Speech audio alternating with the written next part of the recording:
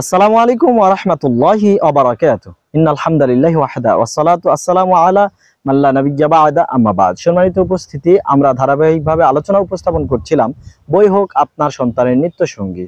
গত পর্বে আমরা একটা গল্প শেয়ার করেছি। আজকে পয়েন্ট আকারে কয়েকটা পয়েন্টে কথা বলবো। এই পয়েন্টগুলো আমরা ফলো করলে অবশ্যই আমাদের সন্তানদের নিত্য সঙ্গী হবে বই। আলহামদুলিল্লাহ। 1 নাম্বার পয়েন্ট, লাইব্রেরি গড়তে হবে। যে লাইব্রেরিতে বই থাকবে ইতিহাসের, থাকবে এখানে জীবনী গ্রন্থ, কোরআন এবং সহিহ সুন্নাহ, তাছাড়া বিভিন্ন প্রকার উপন্যাস ইসলামিক। সম্মানিত উপস্থিতি, 2 নম্বরে তহবিল সংগ্রহ।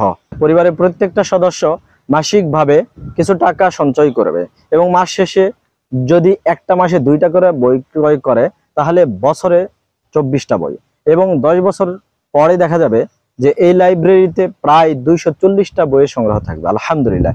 এভাবে আমরা আমাদের সন্তানদের নিত্য সঙ্গী করে দিতে পারি বইকে। 3 নম্বরে, আমরা বিভিন্ন সময় বইমেলা হয়, সেই বইমেলাতে আমাদের সন্তানদেরকে নিয়ে ঘুরতে বেড়াতে যেতে পারি এবং পছন্দ সহিত সেখান থেকে বই সংগ্রহ করে তাদেরকে দিতে পারি, তাহলে বই হবে তাদের নিত্য সঙ্গী। 4 নাম্বার, ক্লাসের বই এবং শিক্ষকদের সাজেস্টকৃত বই ছাড়াও অন্যান্য বই সংগ্রহ করতে হবে। আর 5 নম্বরে, দৃষ্টান্ত স্থাপন করতে হবে।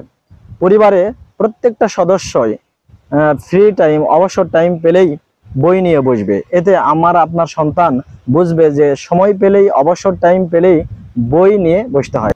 তাতে দেখা যাবে আপনার সন্তানের নিত্য সঙ্গী হবে বই। আসুন আমরা আরো কিছু পয়েন্ট আলোচনা করব পরবর্তী পর্বে। সেই পর্ব দেখার আহ্বান করে আজকে এখানেই সমাপ্ত করছি। আসসালামু আলাইকুম ওয়া রাহমাতুল্লাহি ওয়া বারাকাতুহু।